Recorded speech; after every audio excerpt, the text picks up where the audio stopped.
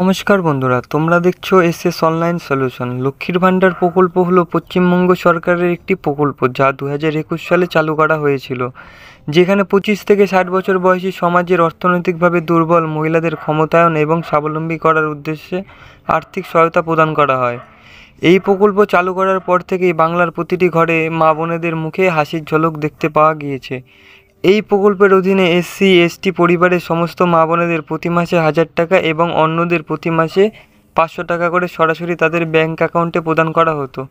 তারপর আবারও পশ্চিমবঙ্গ রাজ্যের মাননীয় মুখ্যমন্ত্রী মমতা বন্দ্যোপাধ্যায় লক্ষ্মীর ভাণ্ডার প্রকল্প নিয়ে বড় ঘোষণা করলেন।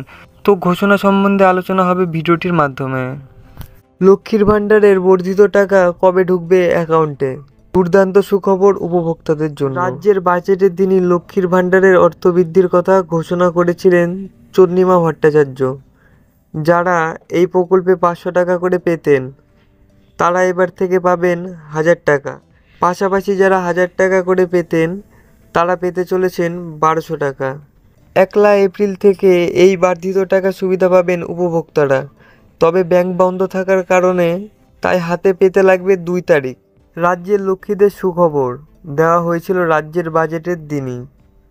লক্ষ্মীর ভাণ্ডার প্রকল্পের টাকা বৃদ্ধির কথা ঘোষণা করা হয়েছিল 1 এপ্রিল থেকে। তা বাস্তবায়ন হতে চলেছে মমতা বন্দ্যোপাধ্যায়ের চালু করা এই প্রকল্পের বর্ধিত নয়া অর্থবর্ষের কার্যকর হবে। তবে 1 এপ্রিল ব্যাংক বন্ধ, আর সেই কারণে এই প্রকল্পের উপভোক্তাদের অ্যাকাউন্টে টাকা ঢুকতে একদিন আরও সময় লাগতে চলেছে।